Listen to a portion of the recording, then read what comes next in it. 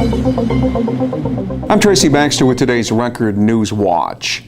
Flash flood warnings went up in parts of the region as heavy drenching rains over the past 24 hours sent some streams, creeks, and rivers over their banks, flooding sections of roads and streets. Early on, hard-hit areas were parts of Pine Bush, where more than 30 residents of Schuyler Crossing apartments along Route 52 were taken to the firehouse temporarily, and Woodridge, where the swollen Neversink River sent water onto adjacent roads, temporarily trapping residents in their homes at Village Park bungalows.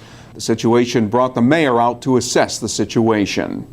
We got hit with some torrential downpours that we did not expect, and we got flooded out in several areas. As a matter of fact, we had to evacuate one of our bungalow colonies. The initial concern is the flooding and any effects to our sewer system, to our water system, which so far there have not been.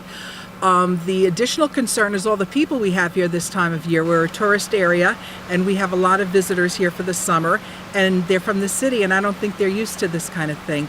But our highway department, our fire department, police department, all jumped in, pitched in, and they did a great job. In Ulster County, the storms had left about 2,500 Central Hudson utility customers without power as of late this morning.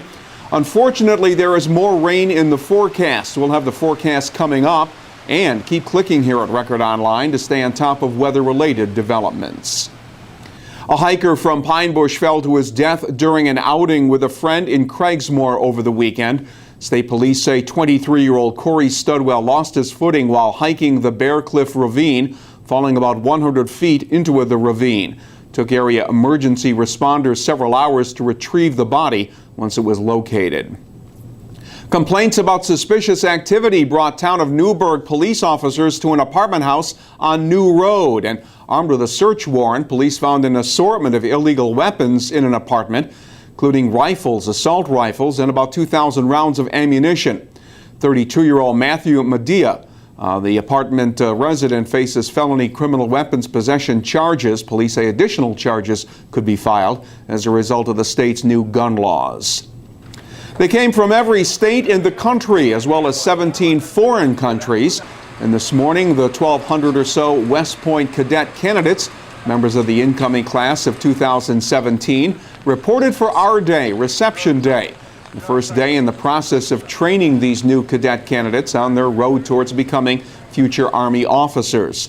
Today, cadet candidates underwent administrative processing. They got haircuts and uniforms and received their first lessons in marching, military courtesy, and discipline.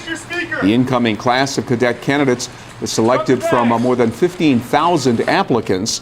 They will now begin 6 weeks of basic training in the field, commonly referred to as beast barracks. They had nightmare stories to tell, the tenants who took part in a walking tour Saturday of Newburgh's inner city neighborhoods, where they say many landlords have ignored calls to make repairs and have threatened tenants with eviction if they speak up to report problems.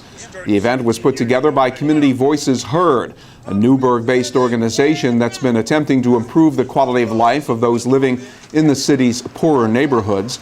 Organizers were hoping the walking tour could result in improved accountability among landlords and provide a push for stronger code enforcement. According to Community Voices Heard, landlord abuses have produced living conditions that threaten a renter's health and safety. The weather turned out to be beautiful Saturday afternoon, and it matched the mood of all those who lined the streets of Middletown to watch a parade celebrating the city's 125th anniversary. 20 floats, an assortment of bands, and roughly 2,000 marchers took part in a display of city pride, a combination of looking back at the past and looking towards the future. Middletown's business, civic, religious, and service organizations were among those taking part.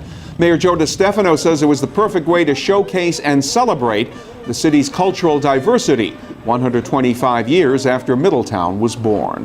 You know, Middletown's like a little Ellis Island, you know, through the Irish immigration, the Italian immigration, now the Latino immigration, and we're just the gateway to America, where you look at it that way, and we're celebrating that from the past, and also the newest immigrant group in Middletown is the Latino group, and we're celebrating that also. Well, I know people say, oh, Middletown's changed and it's not for the good, but really, if people come downtown and they see all the little restaurants that you can spend time in, our Paramount Theater, There's just so many things that are good, and change happens every place, but our mayor really believes that we're on the move and we're changing, we're coming back stronger than ever.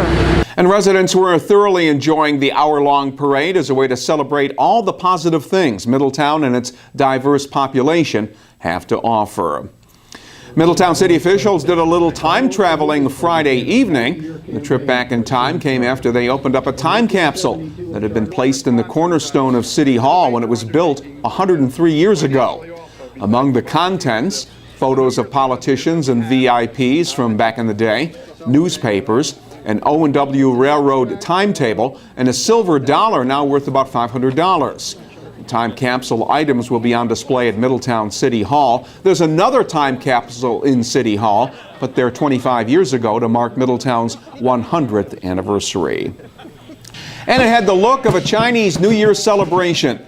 Those who stopped by Railroad Green in Warwick Sunday were treated to the sight of dragon dancers and aerial martial arts demonstrations, highlighting the year-old sister city agreement between Warwick and Shanyan County, China.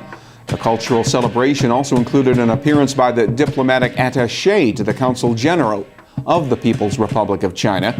And the town of Warwick and China have another potential connection in the works. The Chinese government is interested in using the former Mid-Orange Correctional Facility building and property for an agricultural university or a vocational school.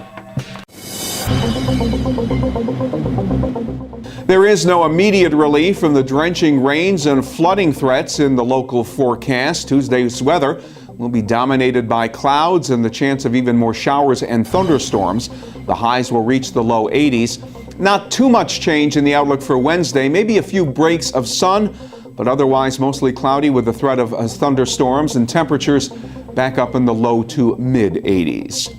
Get the news and information help start your day in tomorrow's Times Herald Record, and keep clicking here at Record Online for breaking news and weather updates. For Record Newswatch, I'm Tracy Baxter.